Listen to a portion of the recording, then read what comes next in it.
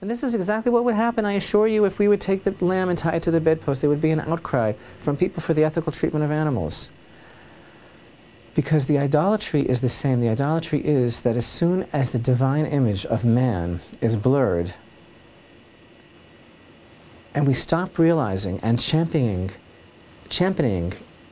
the cause of man as the central reason for creation, then we lose everything. We lose the divine image. And that's exactly the world that we live in today, a world in which millions of children are aborted every year. But yet there's a debate. There's abortion and there's infanticide. The idea being the sanctity of life is totally denigrated in the world that we live in, which is also the world of ancient Egypt. And so the idea here of Shabbat Hagadol, the great miracle, might not necessarily be the simple understanding that the Egyptians let the Jews get away with it. Perhaps the real aspect of the great miracle of Shabbat Hagadol is that the Jewish people themselves were able to muster the audacity, the holy audacity, and the power from within to be able to do this. Just as we learn that the blood of the Korban Pesach was not placed outside the door for the angel of death, as it were, to see, or for Hashem himself to see, because Hashem didn't need a roadmap to know where the Jews were living. The blood of the Korban Pesach was placed that first year in Egypt, that first Korban Pesach that was offered in Egypt, not placed on the altar. The altar at that time was every home, and it was placed inside the doorpost for the Jewish people to look at and remember and contemplate and strengthen themselves and realize and take upon themselves the scope of their divine mission. And all of these ideas are forged into one now as we progress through the book of Vayikra and as we address ourselves to the concept of Passover. And as we attempt to answer the main question that we have about the offerings, which is, why is it that the concept of the Passover offering is such a source of tremendous joy? Our sages describe the experience of Passover in Jerusalem in terms of the greatest, most sublime, most transcending happiness that the nation of Israel ever felt. It's the occasion which is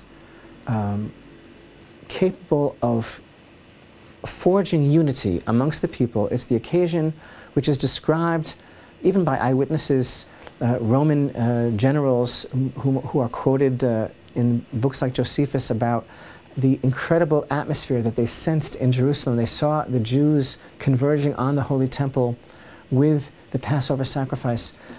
Something about bringing an offering is designed to bring about a sense of purpose and tranquility and happiness within a person. And this is very clearly illustrated with the concept of the Passover offering. We have a very beautiful historical description of this in the book of 2 Chronicles, when we learn about the righteous king Hezekiah, who is the son of the wicked king Achaz. We read about Hezekiah in chapter 30 of 2 Chronicles, and historically it was a very unusual situation in that Hezekiah, in the first reign of his kingdom, took a step to solidify Israel and Judah, and decided to attempt to renew the Passover offering, which had fallen by the wayside, which for many years, because of the idolatry of Israel, Passover had not been celebrated. And we read in chapter 30 of 2 Chronicles, Hezekiah then sent word to all of Israel and Judah, and also wrote letters to Ephraim and Manasseh to come to the temple of Hashem in Jerusalem to perform the Pesach offering to Hashem, God of Israel. For the king and his officers and all the congregation had conferred and decided to perform the Pesach offering in the 2nd month, for they had not been able to perform it at its proper time, for the Kohanim had not yet sanctified themselves in sufficient numbers, and the people had not been gathered to Jerusalem by then. The matter was deemed proper by the king and all of the congregation. What happened was, because the Passover had not been celebrated in so long, and because the Kohanim were not ready, King Hezekiah decided to make a leap year. He decided at the end of Adar to declare that month as Adar 1, and to make another month of Adar, the second Adar, so that they would have another month to get ready for Passover. The sages of Israel were against him. They were against his decision. But in the end, they agreed with him that it was the thing to do, and he did it anyway.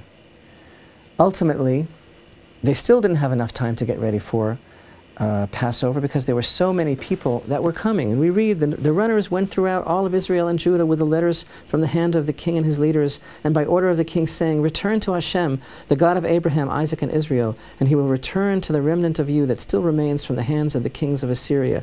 Do not be like your fathers and brothers who betrayed Hashem, the God of their forefathers, so that he made them into a desolation, as you see." And the runners passed from city to city in the land of Ephraim and Manasseh up to Zebulun, but people laughed at them and mocked them. The initial reaction of many of these people was, "You're going to make the Passover offering after all these years?"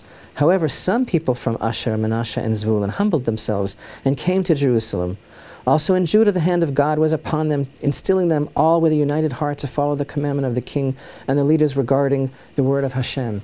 Ultimately, so many people, including the people who originally mocked the message of Hezekiah, so many people converged upon Jerusalem that there was not time or ability to render all of these people pure and to render the Kohanim pure in order to officiate at the Passover offering.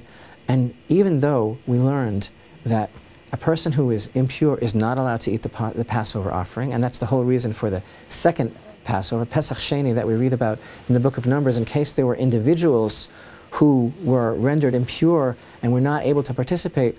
There's also a special rule in the Torah that when the majority of the nation are impure, they can go ahead and do the Passover offering and eat it in impurity, such as we would do today. And so, all of the people celebrated the Passover. And this was the first time in many, many years that Passover was celebrated. And regarding this concept of eating the Passover offering in impurity, we read, "For many of the people, many from Ephraim, Manasseh, Issachar, and Zebulun, had not purified themselves, and they ate the Pesach offering not in accordance with that which is written. But Hezekiah prayed for them, saying, May the benevolent Hashem grant atonement for whoever sets his heart to seek out God, Hashem, the God of his forefathers, though without the purity required for the sacred." And the verse tells us Hashem listened to Hezekiah and absolved the people. And then we continue and read, "The children of Israel who were present in Jerusalem observed the festival of Matzot for 7 days with great joy, with the Levites and the Kohanim singing praises to Hashem each day, playing their instruments with great fervor before Hashem. Hezekiah spoke words of encouragement to all the Levites who taught the good knowledge of Hashem. They ate the festival offering for 7 days, brought peace offerings, and confessed to Hashem, God of their fathers." And then we continue reading that the joy was so great that they made an additional 7 days of celebration. All the people together made an additional holiday of another 7 days. And in chapter 30, in verse 26, we read, "There was great joy in Jerusalem, for such a thing had not taken place in Jerusalem since the days of Solomon, son of David, king of Israel." And this is known as the Pesach of King Hezekiah, when he single-handedly was able to return Judah and Israel to the Passover offering. And this was the source of such great joy. And indeed, this is really the whole concept of the Passover. It is the event, the singular event, the decisive and momentous event in the calendar of the Jewish people, which renders them a nation together. It is the confrontation with the falsehood of the world. To bring the Passover offering is to take a stand against everything that is corrupt and wicked and selfish in the world. And constantly throughout the Torah we find that the Passover offering is the answer to idolatry in the world and the answer to bringing Israel away from idolatry as well. And so we live in a world which is a little bit topsy-turvy. We find ourselves having to defend key and core concepts of the Torah because of the generations that have gone so far away from the true meaning of the Torah that we received at Sinai. But just as we understand that we don't have to apologize for any of the commandments of the Torah, so too we realize that our intellect, humble as it is, created by Hashem, might not have the capacity to understand everything fully, but the more that we study, the more that we learn, the more that we begin to understand, we see Hashem's plan for Israel and for all mankind. And of course, the Holy Temple is in the center of that equation, and the holiday of Passover, the time of freedom and joy for Israel, and the whole world will be more and more understood, and the joy will be more and more palpable as we move towards the time when we can actually celebrate Passover the proper way and bring the Passover offering. Chag Sameach. Light to the Nations is produced by the Temple Institute in the Marty Morrell Studios in Jerusalem, Israel. Dedications can be made for upcoming Light to the Nations teachings. To make a dedication, please visit templeinstitute.org, go to the multimedia section, and click on Light to the Nations. Or you can email media@templeinstitute.org. Your dedications help make these productions possible.